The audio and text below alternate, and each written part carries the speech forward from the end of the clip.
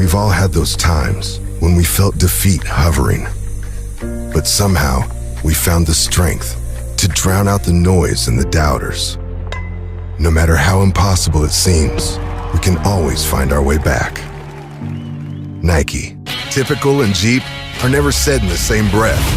Do it all and then some in the new Jeep Gladiator, the truck built to take on any terrain. From Broadway to hip-hop and every genre in between. Whatever your mood or your jam, Spotify it. As a music producer, I have inspiration and ideas coming at me from all sides. My Dell Precision mobile workstation, which I like to call the Beast, has the speed, power, and reliability I need to be free to create the kind of content I want from just about anywhere. Taco Bell is the greatest in the world. Oh, hey, it's time to go clubbing VIP style with sizzling hot bacon wrapped up in a fluffy as a cloud chalupa shell. You think you're ready, but are you really? The Bacon Club Chalupa, now at Taco Bell. Smart investors trust the TD Ameritrade mobile app. It puts the tools you need to manage your accounts, analyze market data, and place commission-free trades at your fingertips. When you know your value, you won't settle for anything less. All right, so I guess it's story time. It is day 7 of my 30-day challenge, and I had to take a couple of days off to recover from an injury and to just deal with some issues that I was having personally. And I'm back now, and I did lose some ground that I had been gaining, but I should hopefully recover it this week. Okay, so last Friday I had a looping session down in Portland with my Rebel Loop fam, and went down there and had a phenomenal session. Everything was great. I'll explain more of that later when I can. When that drops, I should be able to share it with everyone. Anyway, so when we got done with the session, my wife and I went to a place called Killer Burger downtown Portland, which was phenomenal, by the way. Food was really good. The atmosphere was cool. It was a good time. And then as we got back on the road, we're going to hit it back up to the Seattle area. And she looked at me and said, "Hey, you want a detour?" And I looked at her and I said, "Of course I do. Where are we going?" So we headed out to Mount St. Helens, which I haven't been to in maybe 2 or 3 decades.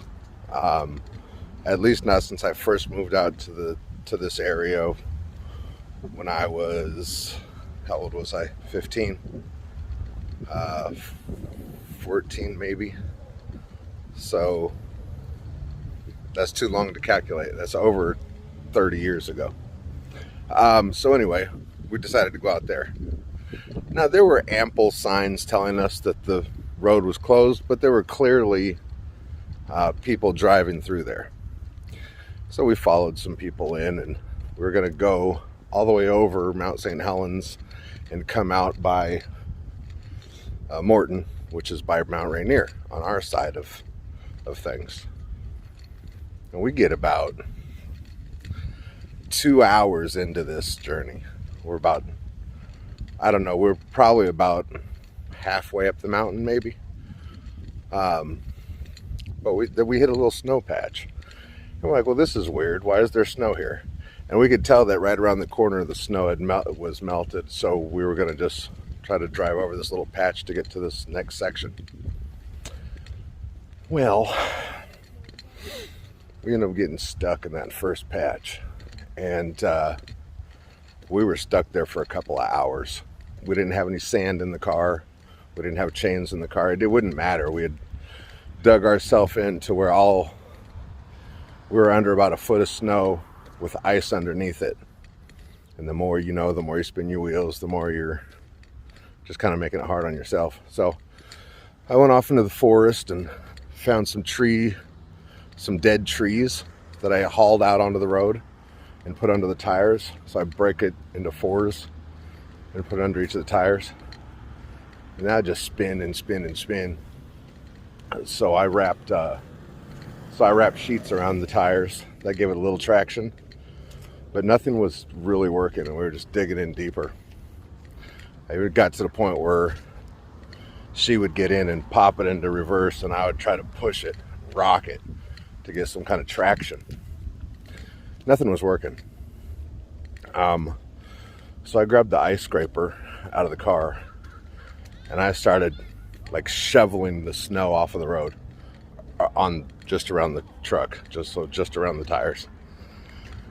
And I was going pretty hard, and I got this big chunk of ice that was a little too stiff for me to just pry up.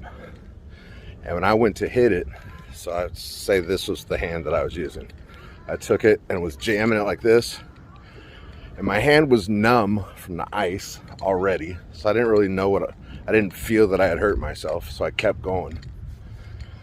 And then by the time I was able to I built myself enough of a little ramp area to where I could pull up about maybe a foot and then back up and hit our original track so we could get back on the main road.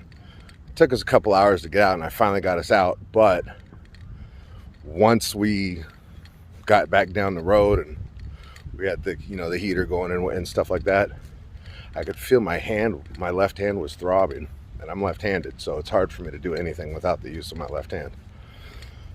And I looked at it, and I had it was just swollen. So it was throbbing, it was swollen, and it was red, but you couldn't tell what was from the snow and ice and what was just from injury. And it just kept, I couldn't open my hand. My middle finger is what I really messed up. So I couldn't open my hand all the way, and I couldn't make a fist. So I couldn't grip the steering wheel. I couldn't do much of anything. Thankfully, when we got home hours later, I had some athletic wrap, some self-adhesive athletic wrap from when I was coaching my son when he was playing football, and I used to tape his ankles. And luckily I have experience doing that type of thing, because the last thing I want to do is go down to the ER, have them go, oh, okay, we're going to need to do x-rays. Okay. Then my insurance covers a portion of that, but it'd still be like $1,000 just to go get my hand x-rayed. And for them to be like, oh, it's just a severe sprain, or you just jammed your knuckle really bad. So I wanted to wait a couple of days and see what the swelling did. And so I wrapped it, iced it, did that kind of stuff. And after the first night, it got worse. So it got worse the next day. And then it gradually got better. Now it's to the point where I don't have to wear the brace anymore, the wrap anymore. But it's still jammed up so good that I can't fully open my fingers, and I can't fully close my fists. But it'll get there. That's just part of the deal. When we go on adventures, you don't know what to expect. See you guys. I should be showing you guys the footage of the days that I struggle getting out of bed and moving around. But days like that occur usually because I'm depressed. And I don't want anyone to see me like that anyway. So I just show you the days where I'm doing what I'm supposed to be doing, and hopefully those days outweigh the other. That's how I choose to look at it. I need my good days to outweigh my bad ones. Another day, another opportunity. Find the silver lining. Find the blessings in the challenges.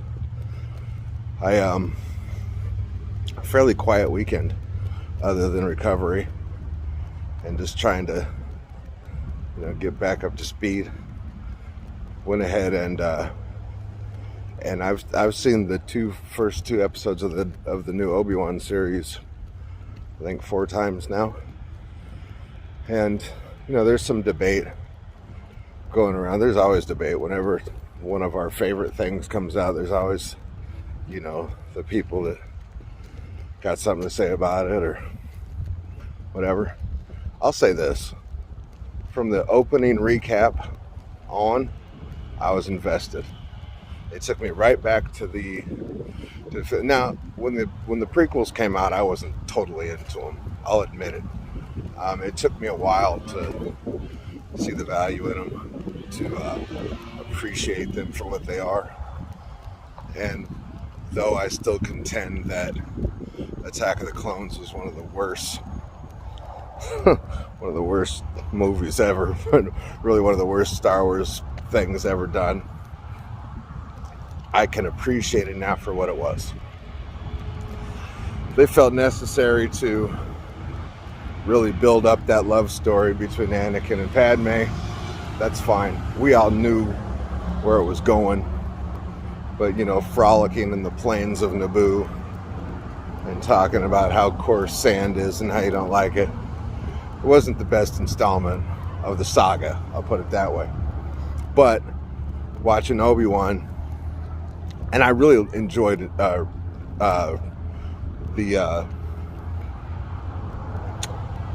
Revenge of the Sith. I really enjoyed the third installment. I thought that it was dark the way I wanted it to be. I thought that Anakin's transition to Vader was spot on. Ewan McGregor was phenomenal during the whole prequel series, and I really enjoyed Ian McDiarmid's Palpatine and Sidious and Emperor. He's just a phenomenal actor. The role is so deliciously evil and sinister. I love roles like that. And if you can, literally every word just drips off his mouth and it's like, you're just, what's he gonna say next? Have I ever told you the story of Darth Plagueis the Wise? It's like, oh no, but please do. And I read the Plagueis novel and it was phenomenal. I'd love to see a nod to Plagueis. I was really hoping that Snoke was Plagueis. I was disappointed by those in the new series, but they gave me Palpatine back, so I'm not going to complain. It's more stuff in this world that I love playing in and watching and enjoying my family and by myself. Episode 3 of Obi-Wan comes out tomorrow, so we're right in the meat of it. There's only going to be 6 episodes, I believe. So we're halfway through already. I had some issues with the Inquisitors and some of the plot lines, but overall I really enjoyed it. There'll be maybe a couple spoilers here if you haven't seen it, but if you're watching this all the way through, if you get to this point, cut it off if you don't want to know anything about the Obi-Wan series. But if you don't care, then I'll move on in 5, 4, 3, 2, 1. I think that when Obi-Wan was really out of it, like he was a shell of his former self, he had really lost his way. He lost his hope, his faith in the Jedi and in the war and what it stood for and everything like that. In fact, he goes so far as to say the Jedi are extinct, the Jedi are dead, we lost the war. I mean, he's broken when we find him here on Tatooine watching over Luke, which is a beautiful thing, and it calls back the nostalgia and does all the right things. But there's the Inquisitors are chasing down the rest of the Jedi in the galaxy, and there's one Inquisitor that's obsessed with finding Obi-Wan. Her name is Reva. I think that maybe her story will unfold a little bit, and I'll like her character a little bit more. But right now, she's annoying and pretty over the top.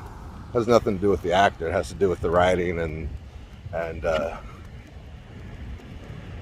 the way that they want her to depict this role. Like, she's clearly supposed to be annoying because she even annoys the other Inquisitors. I wasn't thrilled with the makeup effects for the Grand Inquisitor. for the simple fact that they had a character in Clone Wars. Attack of the Clones, that was the same species, and he had the elongated head, kind of like Immune, which is what Darth Plagueis was. But they made it more bulbous in Obi-Wan instead of the more elongated head, and I thought it looked weird. Looked strange. A lot of people are complaining, oh, he died so easy. He's not dead, guys. Their species have two stomachs. He got stabbed in his upper stomach. He's got the apparatus kind of similarly to how Vader regains his strength. Throw his ass in the back of the tank. He'll be back in the next episode, guaranteed. Maybe not the next one, but the following one for sure. I'm actually hoping that they take this opportunity to adjust his visuals, but I don't think that they will. But Obi-Wan is tasked. Oh, so the Inquisitor that's chasing down Obi-Wan is decides to kidnap Princess Leia, 10-year-old Princess Leia, because she knows that Obi-Wan is connected to Bail Organa. So she thinks if she kidnaps Bail's kid, Obi-Wan will come running. She'll obtain him and gain favor with the Emperor. If that's her plan, she's going to be screwed, because we all know how Vader doesn't want anyone else to get close to the Emperor. We saw it with Krennic in Rogue One. Be careful not to choke on your aspirations, Admiral. It's the same thing, except this time I think she's less important to the Empire. He'll probably wipe her out like she's nothing. Force choke her, something. Either that or she's planted by Vader with this specific mission, which would be an interesting twist also. That's how I feel about those. But I thought that the little girl that played Leia did a great job. She was super cute and snarky and sassy. There's a couple of chase scenes that are a little cheesy, a little Disney-ish, but it was fun. I don't mind, 20 seconds of screen time dedicated to a silly chase where grown-ups can't catch a little 10-year-old and she's kind of dipping and diving and dodging.